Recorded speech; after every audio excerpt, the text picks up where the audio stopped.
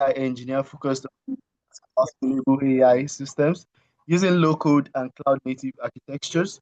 His work centers on designing intellect automation solutions that integrate machine learning, deep learning, generative AI, and enterprise platforms to solve real business problems. He has experience developing AI-driven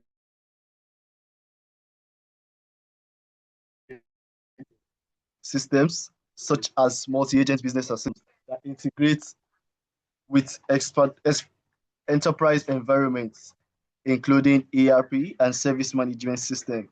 Mufa is particularly interested in bridging the gap between theoretical AI concepts and production-ready solutions that organizations can deploy efficiently.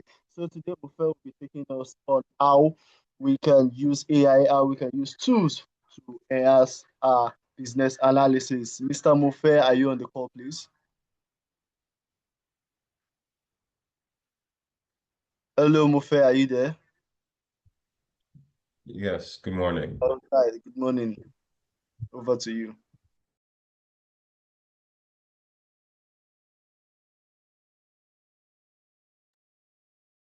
Thank you for uh, good morning, everyone. Thank you for joining us today. Like my colleague said, I will be talking to us about analyzing your stakeholders. So I will start by sharing my slides.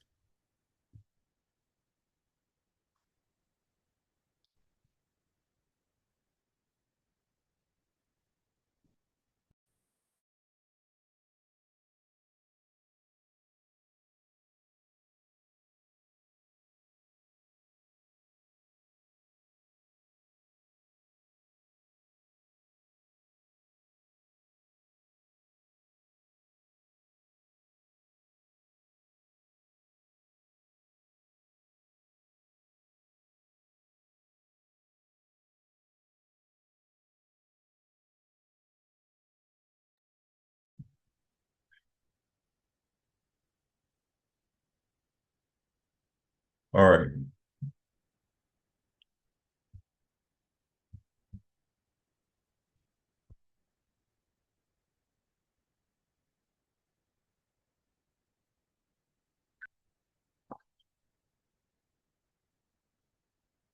So we'll be talking today about analyzing and managing your stakeholders. And it's important to note that despite the fact that technology makes work and our life easier, it still needs human beings to operate it. So no matter how efficient technology can be, it still needs human beings. And by that fact, human beings, as we are prone to error, right? Due to fatigue and other natural causes, right? Which makes us human beings. So the goal of today's class is to understand what stakeholders are and is to give us systems to analyzing and managing those stakeholders, right? Because as we know, and if you don't, stakeholders are a very important part of any project or uh, any major project that is being planned for or being funded, right? Because well, we'll see more as we proceed.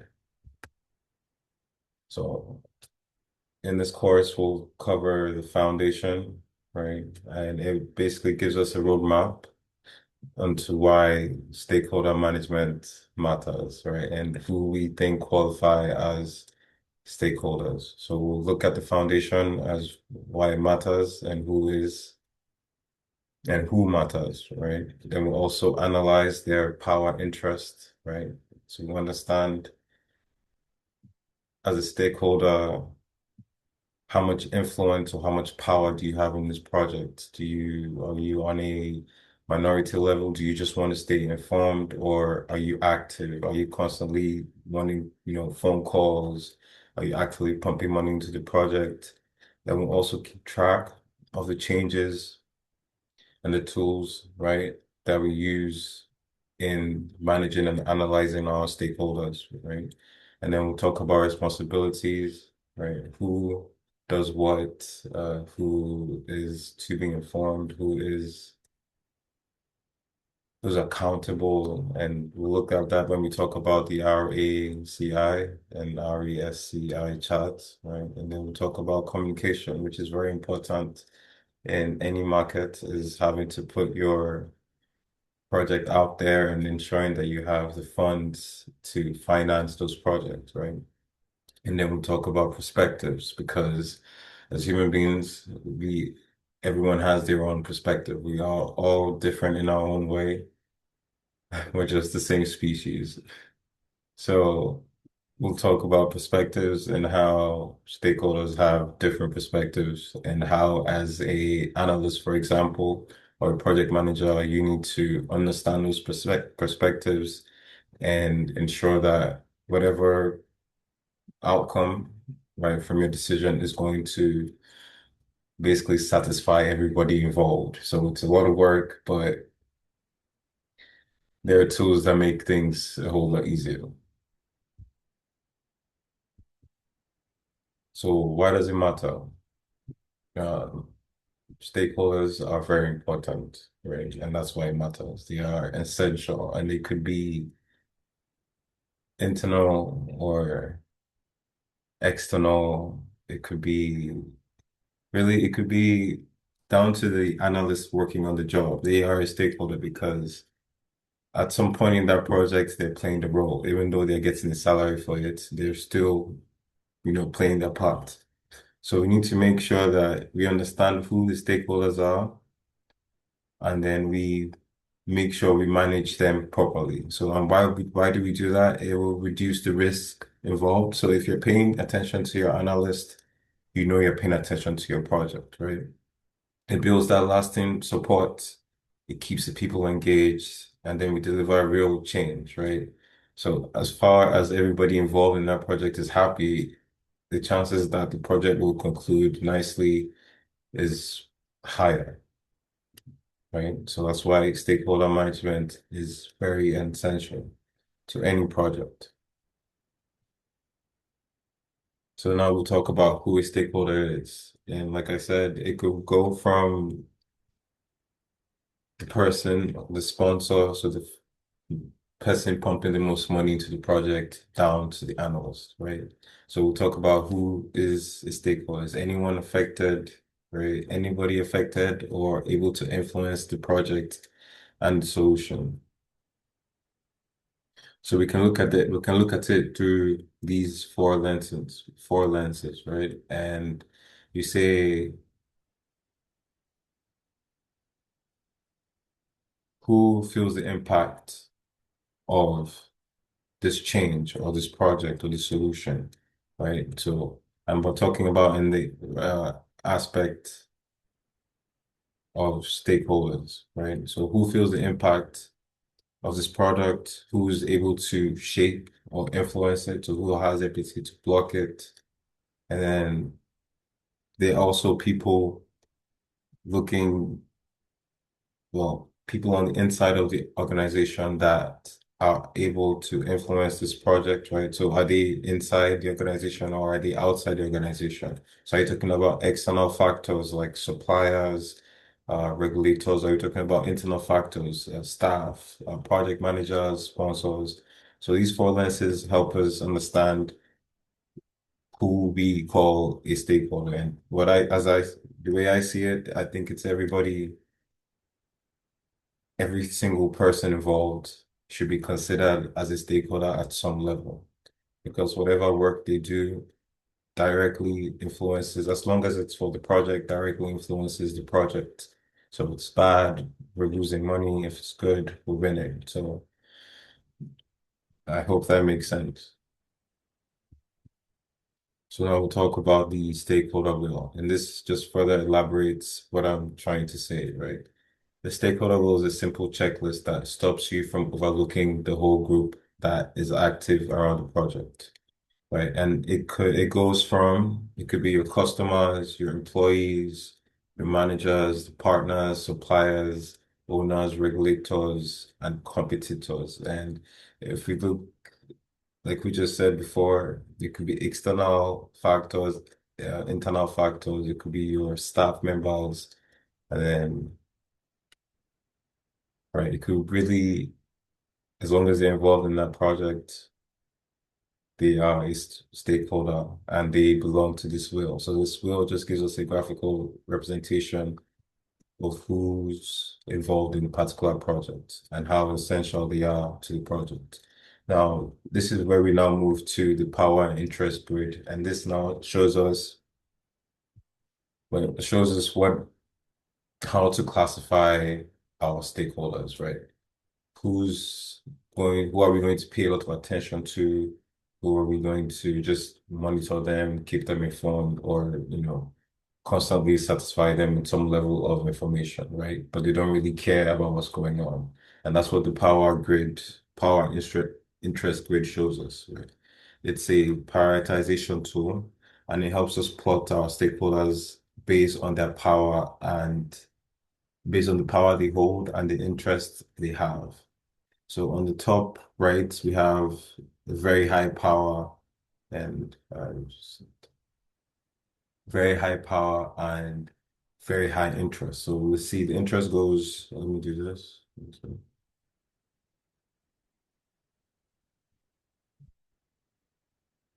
All right, so if you look at the chart or the graph, right, you see the power goes upwards and interest goes right in this direction.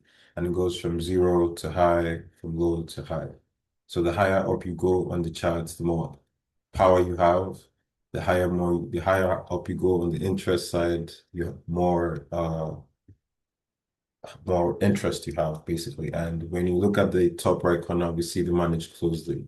And at that point, this is one of the most essential stakeholders. Is anybody that we classify into manage closely means they have very high power and they are very interested. So you actually need to keep them engaged. They're the type of stakeholders that will walk in on a Monday morning and want to know what's planned out for the week, right? So you need to because if they're unhappy, they can stop funding, for example, or make some phone calls that just make life miserable. So as a product manager, analyst, or who else basically involved, you need to look at those people very closely. Then we look at if you move to the left, you look at keep satisfied. Those are the stakeholders that have power, but they don't care that much, right? So it's like a side project, for example. So it'll be like a example, Dangote, for example, saying he wants to invest in technology, right? He doesn't really care that much because he has his hands full, but he has the money to really influence the project. So if we're not making headway with our planning and our estimations or risk management for what delaying, he can just decide to say, okay, you know what? I'm not interested in this anymore. It could be in the contract, right? It's possible that it says if we're not maintaining our schedule, he's liable or he has the ability to cancel or retract his funding. And that type of customer is someone that you say, okay, you don't really care, but we'll keep you satisfied. We'll meet our timelines, we'll provide the project on time, and so on and so forth, right? And then if you go down to the monitor, those are the stakeholders that have, low power, low interest, right? So they're investors still, right? And that could be an analyst. It could go from being an analyst to a young guy or young woman trying to just put their money in a project that they think is going to be viable, right? That is valuable and exact. So it could be that. And those people, you just let them know what's going on, right? So they don't have the power to make noise, but their money is still there. So you just tell them, okay, we've made this much progress. Your interest rate has gone up, and so on and so forth. And finally, to keep informed. So they have low power, but they have high interest. Those are the guys that, although they're not putting so much money into it, they're constantly trying to reach out and trying to monitor the projects, right? But as far as they have made an investment into that project, as a project manager, you have to keep them informed, right? So what this chat does is helps us, it manages our different categories of stakeholders, right? And we keep them satisfied, or we manage them closely, or we monitor, or we keep them informed. So, so there are different strategies for each quadrant, right? So when a stakeholder falls into the manage closely, we have to keep them engaged fully, right? So they're engaged fully, you involve them in decisions because they have high power. And then for the people that we keep satisfied, they have high power but low interest, right? So they're just meant to keep satisfied without being overwhelmed. Like Dangote just wants to know that everything is going on time. Like, it doesn't need you constantly calling him or telling him, oh, we need more money. He doesn't want that, right? And then we have the high interest and low power where we keep them informed, just let them know what's going on because they're excited about the project. They're interested about where the project will go. And the rest, we just keep them simple. We just monitor them and let them know what's going on every now and then. But it's always important to keep your focus on your highest and your greatest influence, which is your stakeholders that we have classified in the managed closely. And also know the analyst could also be classified in your managed closely, just so you know that people are important no matter at what point in the project.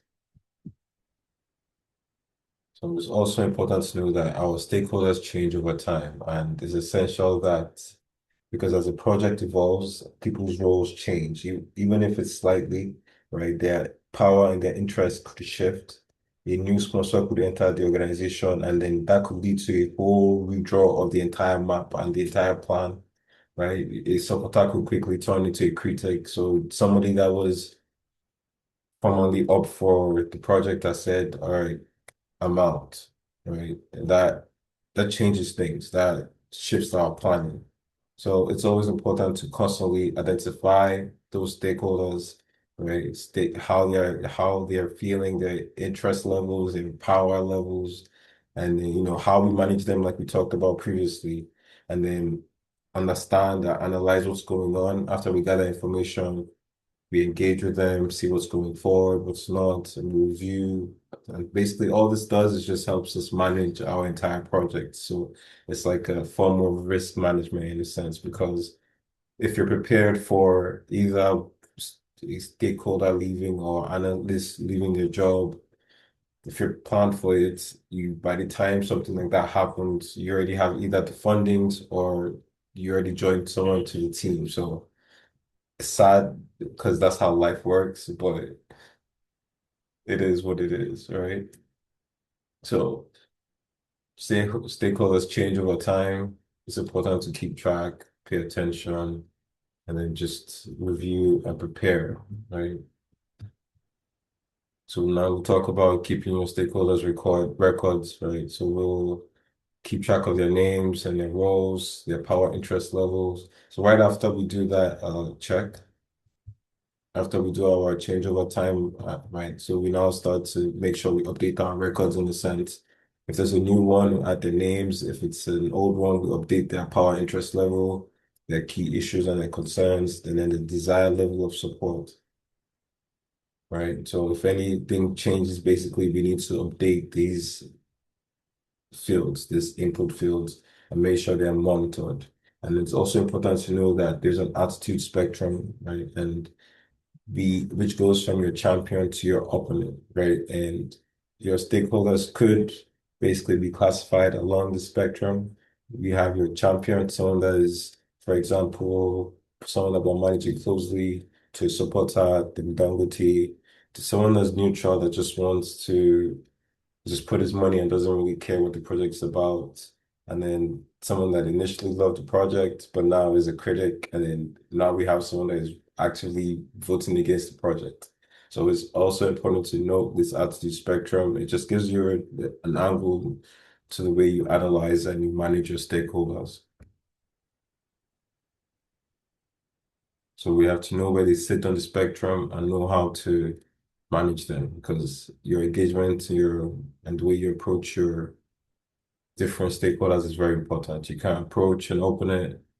Well, the critic already doesn't like you, so there's an opponent, but you can at least try to get someone that's neutral, get them back onto your supporter side, or know that, okay, this person is really done, and then know that the next stage is they're now a critic or an opponent. So it's good to know at what point your stakeholders are in your spectrum. And these are the tools and the little things that help us manage our stakeholders and manage and analyze our proceedings.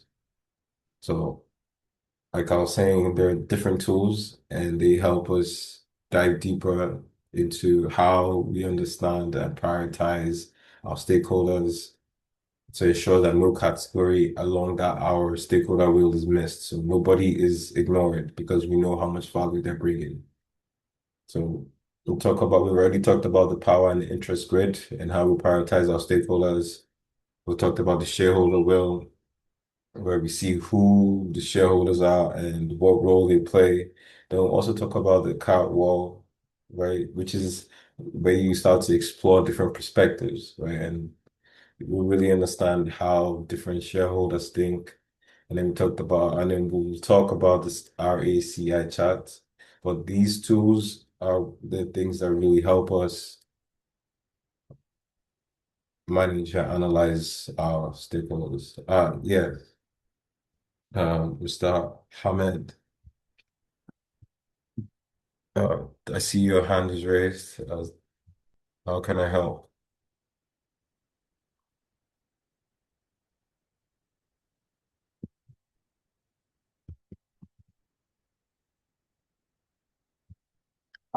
Um,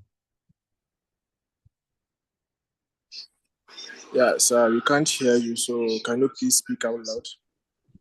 oh, okay. Is it better now? Yeah, I hope this is better now. Okay.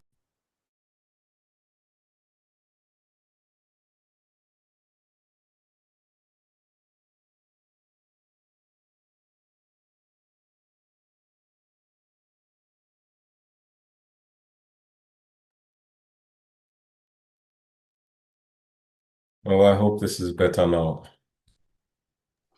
Yeah, it's better. Thank you, sir. All right, no problem. Yeah.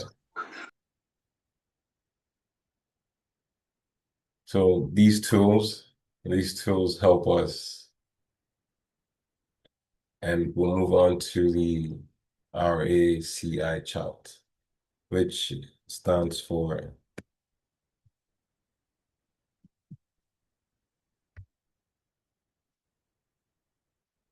responsible, accountable, consulted, and informed.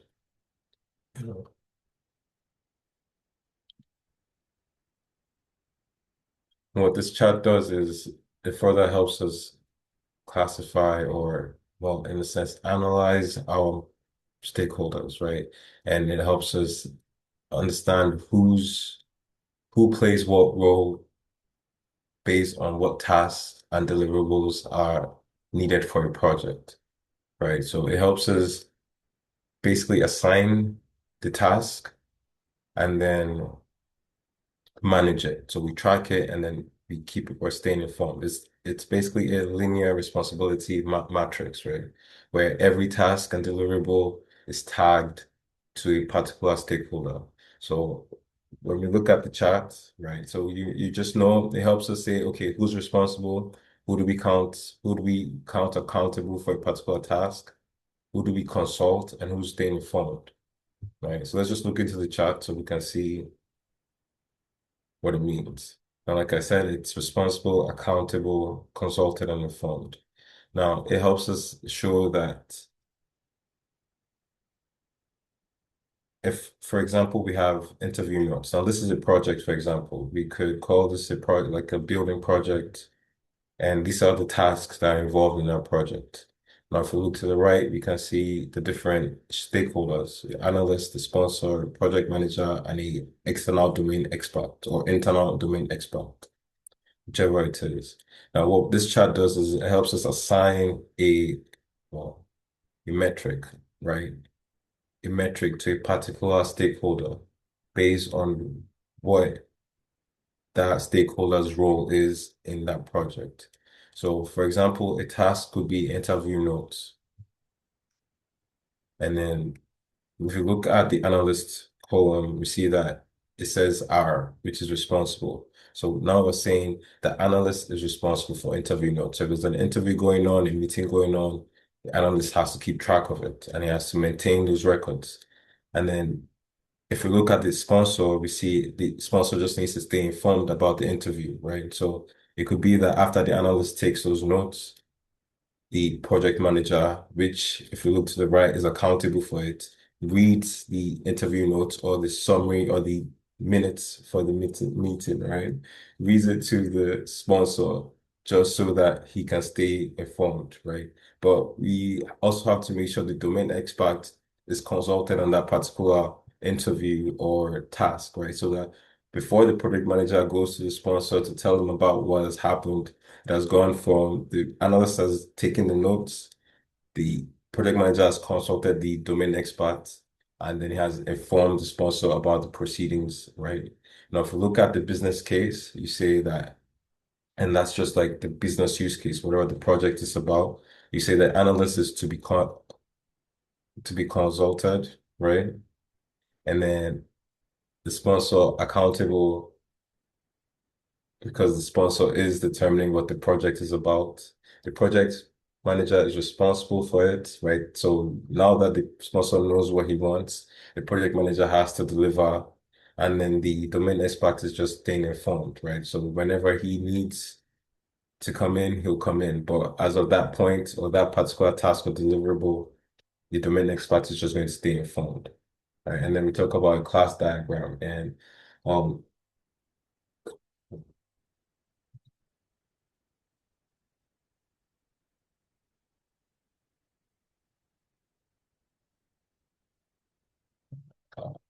I was hoping to explain what a class diagram was, but it's a tool, right? I think it's a multi-language tool in the sense that it helps us classify our task or something.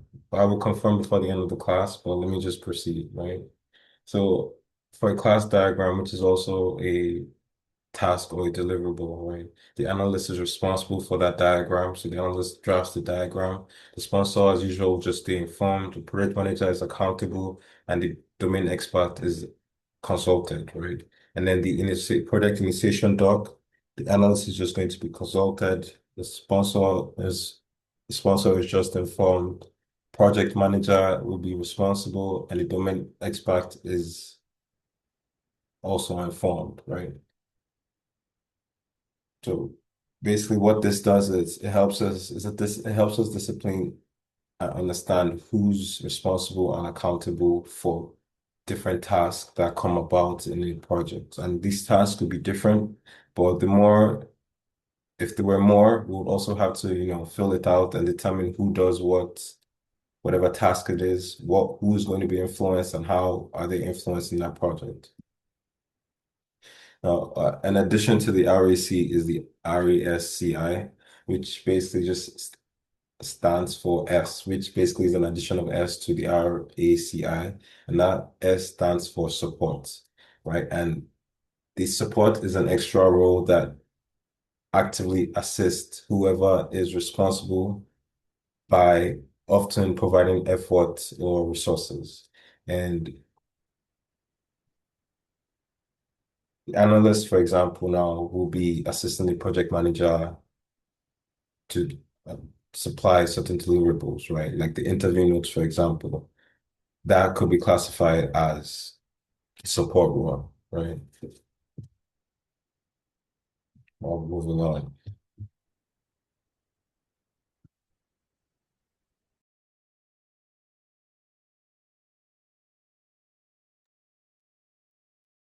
So now we'll talk about social media. And social media is important, right? Because it has changed the world as we know it today. And just by that fact, it has massively influenced the stakeholder landscape. It could amplify or destroy a stakeholder's or influence or power, right? By honestly a very little mistake could really damage or make a project.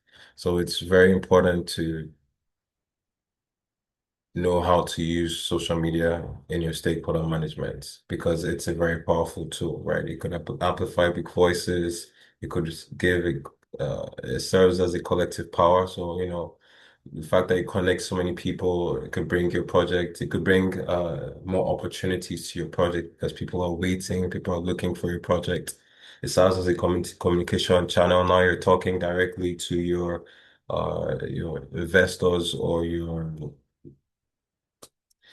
you could say, fans, right? Or people that just want your project to do well, right? People that are excited for you. So it's a direct two-way channel, and it's never to be underestimated, but it's never to be abused, right? And that's what we'll look at next. So because it serves as an opportunity, it could also is also very important to be cautious about it, right? So social media could serve, and there are platforms that we're familiar with, like LinkedIn and all the internal messaging tools that help us really understand and make life a whole lot easier, right? Based on the project and the use case. But it could also be very intrusive in the sense that when you're looking at people and you're going through their personal photos, all because you want to have some, look into their life and see their customer, it could feel very intrusive, right? So it's good to be very professional, right? And to understand that someone's role is anybody's different roles are very important to a project, but it's not a good thing to actively, peep or invade people's private lives, right? No matter the use case. So it's like I said, it's a very powerful tool, but it needs to be used with caution. So now we'll talk about understanding stakeholder perspectives. And then there are two worldviews, right? And this is human beings as a whole, right? We have different perspectives. And you could have stakeholders that see things in one view, which is they say, oh, if this thing is legal, then it's allowed, right? So just because there's no law that says you do not do this, they think it's fine as long as it brings value or brings revenue to the company, right? So certain people think that way. You don't really care about the environmental factors or the social factors that come with certain actions. They just know that if I do a certain thing, as long as the police or the law doesn't say I'm not allowed to, I'm fine, right? Then you now have another perspective, another worldview, which says we owe society due process, right? We owe it to society to be good service providers, to not damage the rivers, or pollute the air, or things like that. Not shortchange people or give them makeshift products, right? Just because you can, or just because somebody notices, doesn't mean that it's right, right? So those are the two perspectives, and it's important to understand that people will always be people. So you need to understand how to manage and analyze your stakeholders, right? And that's what it is to manage your stakeholders. All right. So now we'll look at a tool that, well, invariably helps us understand and manage how their stakeholders' worldviews, right? So CATWOE stands for customer, actors, transformation, worldview, owners, and the environment, right? It's a soft system methodology that allows us to understand the stakeholders' perspectives, and then we classify them into those six elements. But it's not written in order because it's better to explore it in this view, right? And where in the view where you are starting from the stakeholders' perspective. Now, the stakeholders' perspective could either be well, I don't really, I'm not bad. I just rather make more money. And because it's not illegal, I think why not? Right? And then you have another one that says, just because it's not illegal, I think the repercussions to the environment or to the customers long term could be detrimental, right, to the company and to the product that we're trying to build, right? So that's another perspective. So now, as an analyst, you're looking at when you start with the wall analysis and you look at the two world views, once you determine, okay, what's what, you move on to the next stage. You now try to understand what transformation that world view brings, right? What is that stakeholder asking us to do? Is it going to be bad? Is it going to be good, or is it not illegal, but in the long term bad, right? So we look at the transformation. We also look at the customers, who's going to gain from it, who's going to lose from it. It's very, as an analyst, it's important to look at all these different elements and understand how these new change is going to affect, right, our project or our system. So after you look at the customers, then you look at the actors, who's going to do the work, can we afford it, does it make sense, uh in the long term, is it going to be bad, right? And then you look at owners, who are now going to be the major owners of that particular project if we decide to take this particular world view, right? If we decide to say let's go ahead with it, or if we say no, we need to find another way, right? Who are going to lose, and all those type of things. And then we talk about the environment, right? The environmental external factors, regulations, the society, and all those things, right? So at each stage, or each element, it's good to dive deep and really understand from a holistic point of view how this particular change is going to affect or uh, affect our systems, right, with the project. So now we look at if you put all the pieces together, everything we talked about, you put it into a stakeholder management life cycle, which naturally begins at the inception of the project. And then we identify every stakeholder, we analyze their power, their interest, their attitude, right, on the spectrum.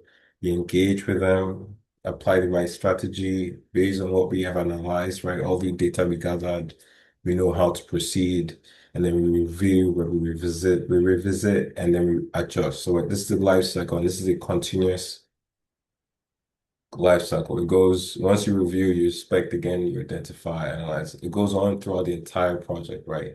So it's essential to put all these different pieces at every point in the project. And then, so it's also important to know the good practices and the common pitfalls, right? A good practices means that starting at the inception, we analyze every role, every interest shift, and then we manage our strategies for each stakeholder based on their power and their interest. And then we engage our champion, right? And then we manage our critics head on, right? So based on their attitude, we know how to proceed. And then the common pitfalls are when you start to treat your analysis as a one-off, or you start to ignore the people that have high power and then you pay attention. Basically, where you're not following the tools or you're getting the data, where you're ignoring the tools and the guidance the tools provide, right? Just because you think you can do better. But it could also be over communicating with the wrong people and assuming because you don't know where they are on your spectrum, you're just talking too much or you're not talking enough. And then you assume that only the PM has to do certain things, but basically, it's good to know. It's good that I hope that we know what the tools are available to us now, or the techniques that we use for systems like this, for managing our analysis, our analyzing our stakeholders, right? But it's also important to know that we could get it wrong. So attention is very important. You pay attention to how you use these tools, and they will work for you, right? So finally, our key takeaways, the people are very important. They decide our success. So our stakeholders are essential and they decide whether this project succeeds or change, right? And by mapping their powers and to their interest and to their attitude, and by analyzing and keeping them informed as the project evolves, right? We are able to effectively manage your stakeholders and ensure that your project follows your design timelines. So basically, we map, people decide success, we map and then we act, we reanalyze always, and then we use our tools effectively. Right. Uh, that being said, thank you very much. That's the end for this class. I would like to open the floor for any questions. If there's anything you didn't understand, I'll be glad to go over it again.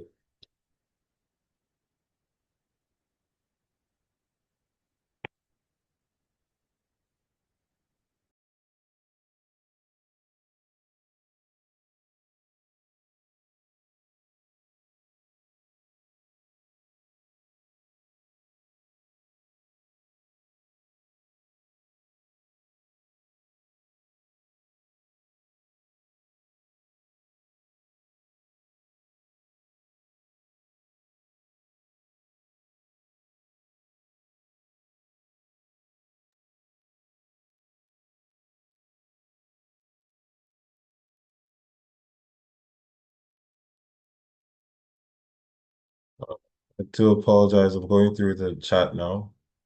So I'll just answer the questions. I hope you understand what Cartwell is. Okay, yeah. Uh, well, the project owner, in a sense, could be the sponsor, but depending on the power that they have, right? Depending on their level, because a project owner, in a sense, could be a project manager, right? But he doesn't have as much power as an investor will, right? So it's basically depending on that, the power interest grid, we can determine who's what, right?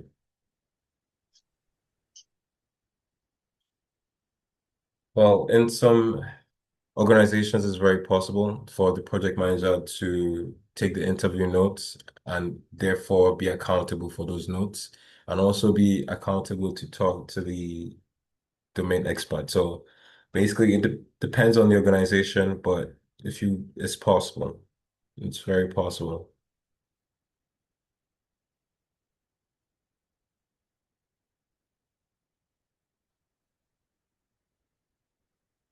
Yeah. Hold on.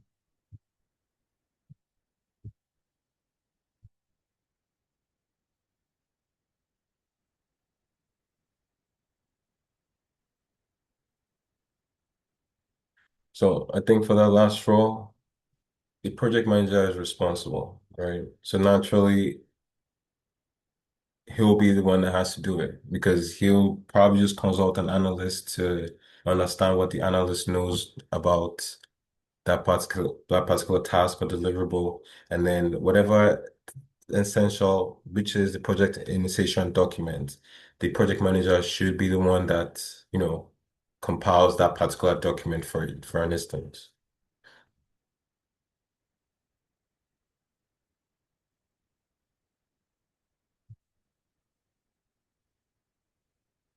So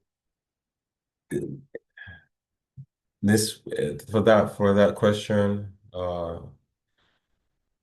you would now be talking about scheduling, right? So you now be talking about schedule, which is another part of project controls or project management, which is where you monitor the timelines in your project, right? So let's for an example, you can say the project manager is responsible for the schedule, right? And if the project manager says, okay, the project is right on track, it can then proceed to, inform the sponsor or, let's say the analyst has supplied a particular document, the project manager has understands or agreed with that particular document, right? He will confirm the timeline and be like, okay, so I've moved from this particular task to the next task, which is, for example, could be consulting a domain expert to provide another solution, right? In that sense, scheduling will be different, but the project manager will be responsible for scheduling. So if you look at it in our stakeholder management sense, stakeholder is A project manager will be responsible for the project timeline. All right, thank you. Thank you. A smile. I agree with you. No voice is underrated. I agree.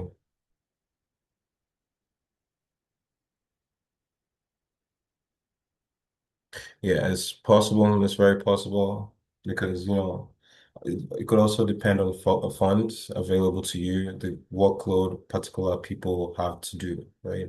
So your task depend on the organization. So you could also be responsible. You could have a project manager accountable for a lot of things and also responsible for a lot of things. So if you look at it this way, right? If you look at it from a vertical, right?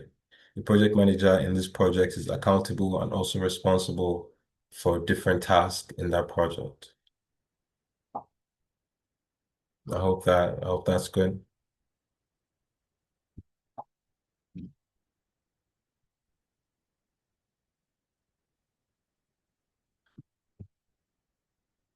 All right. Thank you all. Yeah, you're welcome. Thank you all for the questions. They were, brilliant. I really enjoyed this class and I hope you did as well. Uh, thank you. Thank you. And enjoy the rest of the session.